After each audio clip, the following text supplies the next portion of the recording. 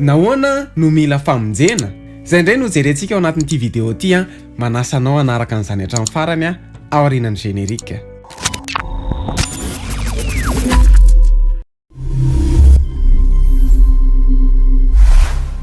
Faly be indray tafiaraka amintsika ary misaotratsika tafaverina hatrany ao anatin'ity vidéo vaovao ity nahoana isika no mila famonjena? Mila famonjentsika satria very, mila famonjentsika satria nandova fahotana.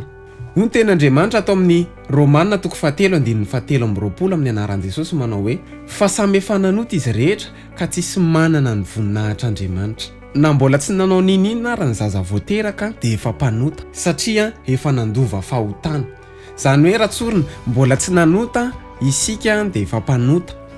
Efa hitantsika angambany zaza 3 taona eo dia efa mahay mandainga, efa fetsifetsy sady nefany tsisy nampianatra anazy an'izany akory.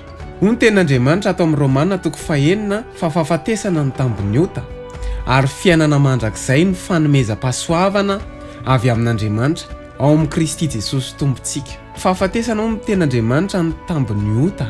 Ny famonjena no manakana ny fahafatesana.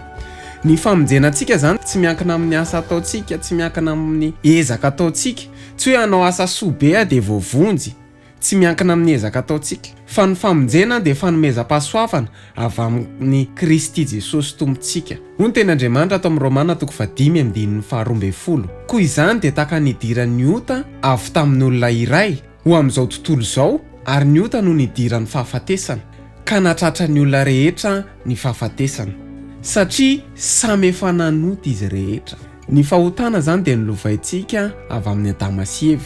Noho izany lasa misy natiora amin'ny teny frantsay ilay izy hoe nature pécheresse any anatsika any. Lasa misy natiora ny fahotana any anatsika. Io natiora io dia tia mandray zavatra ratsy, mora mandray zavatra ratsy, mitahiry zavatra ratsy, tadidy daholo ny zavatra ratsy rehetra nataon'ny olona. Raha nafinaritra anao ny vidéo dia aza misalasala, milike sy micommente sy mipartage dia mangataka aminao raha mba sitraka ao mba hisabonina amin'ny page mba hahafahanao mahita vidéo tahaka izao satria isan-kerinandro izahay dia mamoaka vidéo tahaka izao. Dia manome fotoana antsika amin'ny herin'ny toy izao indray veloma tompoko.